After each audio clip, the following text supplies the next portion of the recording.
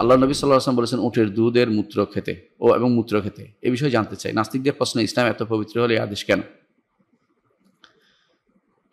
আল্লাহর নবী সাল্লাল্লাহু আলাইহি ওয়াসাল্লাম উটের দুধ ও মূত্র খেতে এটা স্বাভাবিক সবার জন্য নির্দেশ দেন নাই।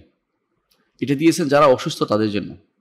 দুধ তো সবাই খাবে, দুধের ব্যাপারে তো আল্লাহ তাআলা নিজে ঘোষণা দিয়েছেন, দুধ সবাই খাবে, অসুস্থ সুস্থ সবাই খেতে পারবে, এতে কোনো সন্দেহ নেই। এবং দুধ সম্পর্কে আল্লাহ বলেছেন মিন বাইনি ফারতিন ওয়া দামিন লাবানুন খালিসান সায়গাল লিশারিবিন।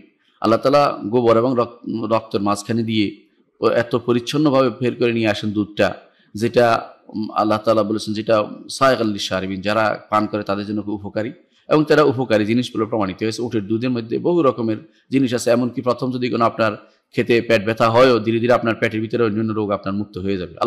আলহামদুলিল্লাহ, উটের দুধের মধ্যে সেরকম বিষয় দেওয়া হয়েছে। উটের দুধ খাইতে খুব স্বাদ তা নয়, অনেকটা বিষাদ টাইপের। তারপরেও মানুষ কেন খাবে? এটা ওষুধের মতো করে খায় অনেকেই।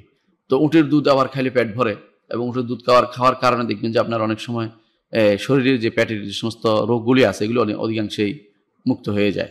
উটের দুধের জন্য উপাদেয় খাদ্য। তো উটের দুধ খাওয়ার তো কোনো সমস্যা নেই। সমস্যা হচ্ছে মূত্র নিয়ে ওনাদের কথা।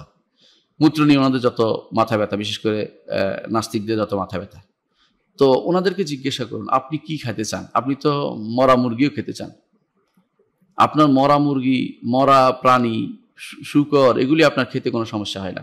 কিন্তু যেটা রাসূলুল্লাহ সাল্লাল্লাহু আলাইহি ওয়াসাল্লাম ওষুধ হিসেবে খেতে বলেছেন উটের মূত্রকে, সেটাকে আপনার যদি এতই সমস্যা, আপনি শুনে রাখুন, উটের মূত্র সবার নিকট নাপাক না। আপনার কাছে নাপাক মনে হচ্ছে এই জন্য আপনি এটা বলতেছেন। ইমাম আবু হানিফা রাহমাতুল্লাহ আলাইহি তিনি বলেছেন যে তার মাযহাবে শুধুমাত্র এটাকে তারা আখাফু নাজাসাত, সবচেয়ে হালকা নাপাক বলেছেন। অন্যান্য মাযহাবে এটাকে নাপাক বলা হয়নি, কারণ তারা বলেছেন যে এটা যে সমস্ত প্রাণীর গোশত খাওয়া যায় সে সমস্ত প্রাণীর মূত্র নাপাক নয়, তবে সেটা হচ্ছে দৃষ্টিকটু, অর্থাৎ সেটা রুচিতে কুলো না, এই জন্য মানুষ খায় না।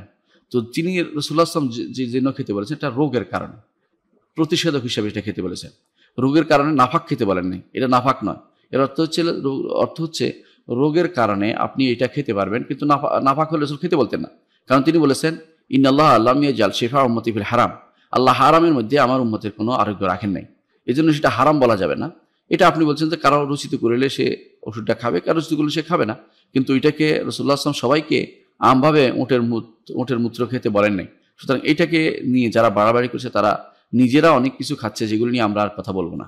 নিজে দেখবেন যে কত কিছু খাচ্ছে, কত নাপাক জিনিস খাচ্ছে, তার হিসাব নাই।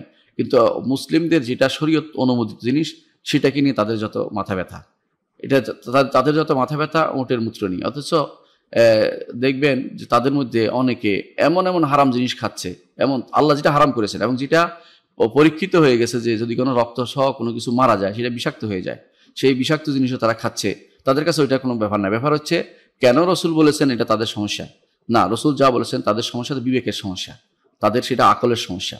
রাসূলুল্লাহ সাল্লাল্লাহু আলাইহি ওয়াসাল্লাম যা বলেছেন তা সত্য এবং তা হক, এবং সেখানে কোনো রকমের কোনো দ্বিধা করার কোনো সুযোগ নেই। ঈমানদার মাত্রই বিশ্বাস করবে যে এটা রোগের কারণে এবং এটা নাপাক নয়, এটা একটা অপছন্দনীয় জিনিস অনেকের কাছে থাকতে পারে তাদের রুচির কারণে, কিন্তু তারপরে অনেকের কাছে এটা নিষিদ্ধ জিনিস নয় অনেক ইমামদের কাছে, তাহলে সেটা হারাম জিনিস নয়। সুতরাং হারাম খাচ্ছে এটা তো বলা যাবে না, হারাম খাচ্ছে এটা তো বলা যাবে না। এবং এটা অপবিত্র জিনিসও সবার নিকট অপবিত্র বলা হয়নি, কোনো কোনো ইমামের নিকট অপবিত্র আছে, এবং সেটাও খুব আখাফু নাজাসাত বা হালকা অপবিত্র বলা হয়েছে তারাও। এই জন্য তাদের নিকট উটের পেশাব লাগলে যতক্ষণ পর্যন্ত কোনো কাপড়ে 4/1 ভাগ পর্যন্ত বেশি না হয় ততক্ষণ পর্যন্ত নাপাক হয় না, তারাও বলেছেন। তাহলে বোঝা গেল যে উটের পেশাব লাগলেই সেটা নাপাক হয়ে যাবে এরকম যেহেতু নয়, সেটা তাহলে নাপাক মূল নাপাকের অন্তর্ভুক্ত নয়, যেটা সাধারণ নাপাকের ভিতরে পড়ে না। তাহলে উটের পেশাব নিয়ে বাড়াবাড়ি করার কোনো সুযোগ নেই, এটা একটা ঔষধ হিসেবে খেতে বলা হয়েছে। এটাকে স্বাভাবিকভাবে সবাইকে খাওয়ার জন্য রাসূলুল্লাহ সাল্লাল্লাহু আলাইহি ওয়াসাল্লাম নির্দেশ দেন নাই, এবং সবাই এটা খাইতেও না কোনোদিন। শুধুমাত্র যারা অসুস্থ হয়েছে তারাই শুধুমাত্র খেয়েছে, এটাই প্রমাণিত।